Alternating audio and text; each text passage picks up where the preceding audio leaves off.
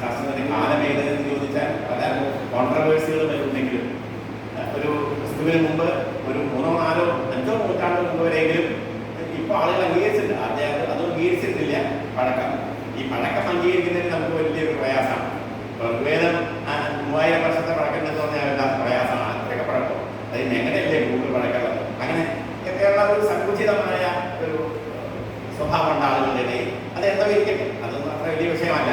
പക്ഷെ എന്തായാലും നാട്യശാസ്ത്രത്തിന് ക്രിസ്തുവിന് മുൻപ് ഒരു പക്ഷേ യൂറോപ്യൻ സമൂഹം മുഴുവൻ അന്ധകാരത്തിലൂടെ സാഹിത്യത്തിന്റെ വിഷയമായാലും സാംസ്കാരിക വിഷയങ്ങളായാലും യൂറോപ്യൻ സമൂഹം ഒരു അന്ധകാരമയമായ കാലഘട്ടത്തിലൂടെ കടന്നുപോയിക്കൊണ്ടിരിക്കുന്ന സമയത്താണ് ഭാരതത്തിൽ വിലപ്പെട്ട പദാർത്ഥ ചിന്തകൾ ഉണ്ടായത്, ഭാരതത്തിൽ വിലപ്പെട്ട സാഹിത്യ ചർച്ചകൾ ഉണ്ടായത്, ഭാരതത്തിൽ വിലപ്പെട്ട തത്വങ്ങളുടെ ആവിഷ്കാരമാണ്. അത് ഏത് ദർശനമായാലും അതിൻ്റെയൊക്കെ ചർച്ച ആ കാലഘട്ടത്തിലാണ്. അതായത് നമ്മുടെ ഒരു പ്രാധാന്യത്തെ സൂചിപ്പിക്കാൻ വേണ്ടി ഞാൻ പറഞ്ഞതാണ്. അവിടെ ഭരതന്റെ ഈ രസസൂത്രം വിഭാവാനുഭാവ വ്യഭിചാര സംയോഗ രസനിഷ്പത്തി എന്ന് പറയുന്ന ഒരു വളരെ പ്രസിദ്ധമായ, ഇത് ഏത് കാലം മുതൽക്ക് തുടങ്ങിയതിൻ്റെ ചർച്ച ഇപ്പോഴും അത് ഒരു നവനവമായി. രസം എന്ന് പറഞ്ഞാൽ തന്നെ നവനവമാണ്. രസം കൊണ്ടാണ് ആനന്ദബോധൻ ഭാഗത്ത് പറയും, ഈ രസമില്ലായിരുന്നെങ്കിൽ ഈ സാധനങ്ങളൊക്കെ നമുക്ക് മടുത്തേനെ. ഈ പ്രപഞ്ചത്തിൽ നമ്മൾ എത്രയോ കവിതകൾ വായിക്കുന്നു, ഒരേ ആശയമുള്ള കവിതകൾ എത്രയോ വായിക്കുന്നു. അത് ഒന്ന് പി കുഞ്ഞിരാമൻ നായരായിരിക്കും, മറ്റൊന്ന് അക്കിത്തമായിരിക്കും, മറ്റൊന്ന് വയറാറായിരിക്കും, വേറൊന്ന് ONV ആയിരിക്കും. ആശയമുള്ള കവിത ഒന്നാണ്. പക്ഷേ അവരുടെ അവതരണ രീതിയിലുള്ള പുതുമകൾ കൊണ്ടാണ് ആ പുതുമ എങ്ങനെ സംഭവിക്കുന്നു എന്ന് പറഞ്ഞാൽ രസപരിഗ്രഹം എന്ന് പറയും. രസപരിഗ്രഹം കൊണ്ടാണ് രസത്തെ അവരെങ്ങനെ ഗ്രഹിച്ചു സ്വീകരിച്ചു എന്നുള്ളതിനെ അടിസ്ഥാനപ്പെടുത്തിയിട്ടാണ്. അതിനൊരു ഉദാഹരണം വളരെ മനോഹരമായ അദ്ദേഹം പറയുന്നുണ്ട്. ആനന്ദവർദ്ധനൻ അദ്ദേഹം പറയുന്നത്, നിങ്ങൾ കണ്ടിട്ടില്ലേ, സാധാരണ റോഡിൽ കൂടെ നടന്നു പോകുമ്പോൾ നമ്മൾ എത്രയോ പ്രാവശ്യം കണ്ട മരങ്ങളാണ്. ആ മരങ്ങളൊക്കെ വസന്തകാലത്ത് വരുമ്പോൾ പുതിയ കതിരും പൂവും കായും ഒക്കെ ആയിട്ട് അത് കാണുമ്പോൾ ഇതിപ്പോ ഞാൻ ആദ്യമായിട്ട് കാണുകയാണല്ലോ, പുതുതായിട്ട് കാണുന്ന പോലെ ഒരു പുതുമയിലെ പരിവേഷത്തിൽ നമ്മൾ അതിനെ കാണാൻ കഴിയുന്നത് ഈ വസന്തകാലത്തിന്റെ ഇതുപോലെയാണ്, വസന്തകാല സമാവേശത്തിലാണ്. അതുപോലെയാണ് രസസമാവേശത്തിൽ പ്രകൃതി എന്താണ് നമ്മുടെ എല്ലാ ചർച്ചകളും, എല്ലാ മനുഷ്യബന്ധങ്ങളുടെ ചർച്ചകളും നമുക്ക് പുതുതായിട്ട് അനുഭവപ്പെടുന്നത്. അപ്പോൾ ഈ രസത്തിന്റെ പ്രാധാന്യം അതാണ്. അപ്പൊ ഇവിടെ ഭരതൻ രസത്തെക്കുറിച്ച് ചർച്ച ചെയ്തിട്ടുള്ളത് എന്താണ് എന്നുള്ളതാണ്. നമ്മൾ ഇന്ന് ഈ 20-ാം നൂറ്റാണ്ട് കഴിഞ്ഞ് 21-ാം നൂറ്റാണ്ടിലേക്ക് പ്രവേശിച്ച ഈ സമയത്ത് ലോകത്തിലെ ഭാരതീയം എന്ന് മാത്രമില്ല, ഇന്ന് രസത്തെക്കുറിച്ചും തുനിയെക്കുറിച്ചൊക്കെയുള്ള ചർച്ച ഇന്ത്യക്ക് പുറത്താണ് നമ്മളെക്കാളും കൂടുതൽ സജീവമായിട്ട് നടന്നുകൊണ്ടിരിക്കുന്നത്. അതൊക്കെ അതിനോടുള്ള ആദരവും അത് മനസ്സിലാക്കാൻ വൈകി എന്ന് മാത്രമേ ഉള്ളൂ. പക്ഷെ എന്തായാലും വൈകിട്ടാണെങ്കിലും അവർക്ക് ആ ബുദ്ധി ഉണ്ടാവുകയും അതിനെക്കുറിച്ച് പഠിക്കാനുള്ള താല്പര്യം ജനിക്കുകയും ചെയ്തു. വലിയ മഹാകാര്യമാണ്. അപ്പൊ ഇവിടെ ഞാൻ പറഞ്ഞുകൊണ്ടുവന്നത് ഭരതൻ പറഞ്ഞ ഈ രസം അല്ല, ഈ പാരഡൈം ഷിഫ്റ്റിനെ കുറിച്ചല്ല. ഭരതൻ പറഞ്ഞ രസമല്ല പിൽക്കാലത്ത് നമ്മൾ ചർച്ച ചെയ്യുന്നത്. ഭരതനെ എവിടെയോ നമ്മൾ വഴിക്ക് വെച്ച് വിട്ടുപോയി. ഭരതൻ പറയുന്ന നമ്മൾ വിട്ടുപോയി എന്ന് പറഞ്ഞാൽ കലോപാസകന്മാർ മുഴുവൻ വിട്ടുപോയി എന്നുള്ള അർത്ഥത്തിലല്ല. നമ്മുടെ ആലങ്കാരികന്മാർ, അവരെയാണ് ഞാൻ എടുത്ത് പറയുന്നത്. നമ്മുടെ ആലങ്കാരികന്മാർ ആനന്ദവർദ്ധൻ, അഭിനവഗുപ്തൻ ഉൾപ്പെടെയുള്ള നമുക്കൊക്കെ സർവസമ്മതന്മാരായ, നമുക്കൊക്കെ അങ്ങേയറ്റം ആദരണീയന്മാരായ വലിയ സാഹിത്യാചാര്യന്മാരാണ് ഇവരൊക്കെ. പക്ഷേ ഇവരുടെയൊക്കെ ചർച്ചയിൽ ഭരതന് അർഹിക്കുന്ന പ്രാധാന്യം ഉണ്ടായോ എന്ന് നാം വളരെ ശ്രദ്ധിക്കണം. ഇതൊരു ഗവേഷണ വിഷയമാണ്. ഇതുവരെ ആരും ചെയ്യാത്തൊരു വിഷയത്തെക്കുറിച്ചാണ് ഞാനിപ്പോൾ നമ്മൾ സംസാരിക്കുന്നത്.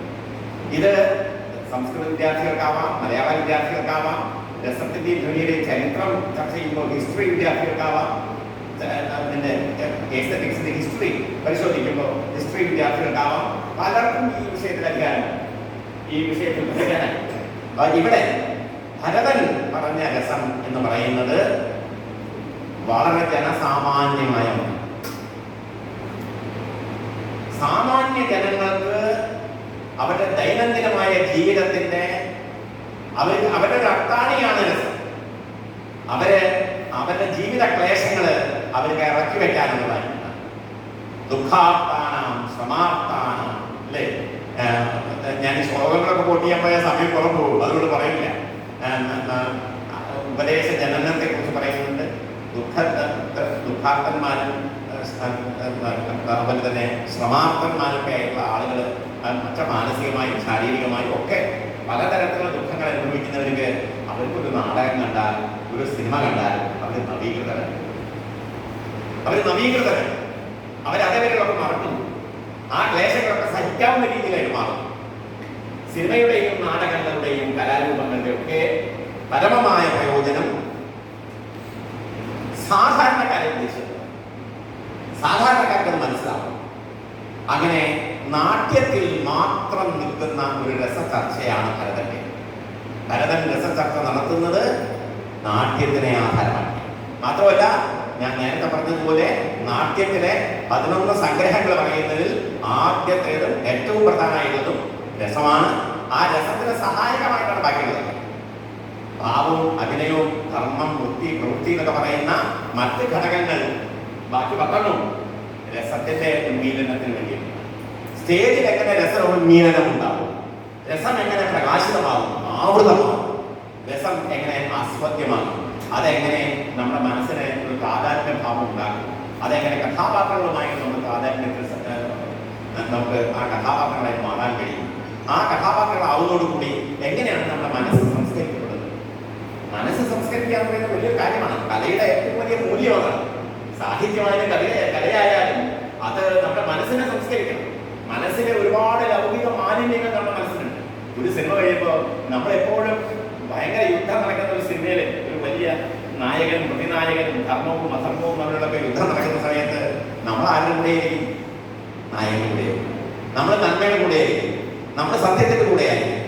നമ്മൾ എപ്പോഴും നന്മയുടെ വക്താക്കളായി നന്മയുടെ ഭാഗത്ത് നിന്ന് കുറച്ചു നിന്നുകൊണ്ടാണ് നമ്മൾ ഒരിക്കലും ഒരു പ്രതിനായകനെ, ഒരു വില്ലനെ സംരക്ഷിക്കാൻ നമ്മുടെ മനസ്സ് സമ്മതിക്കില്ല. നമുക്കൊക്കെ വില്ലത്തരുണ്ടാവും. പക്ഷേ നമ്മൾ സിനിമ കാണാൻ പോകുമ്പോൾ നമ്മൾ വില്ലന്മാരുടെ കൂടെയല്ല.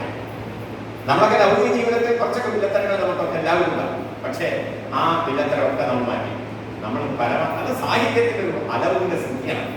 സാഹിത്യത്തിൽ മാത്രം സംഭവിക്കുന്നത്, നമ്മുടെ നാടകങ്ങളിലും കലകളിലും മാത്രം സംഭവിക്കുന്നത്.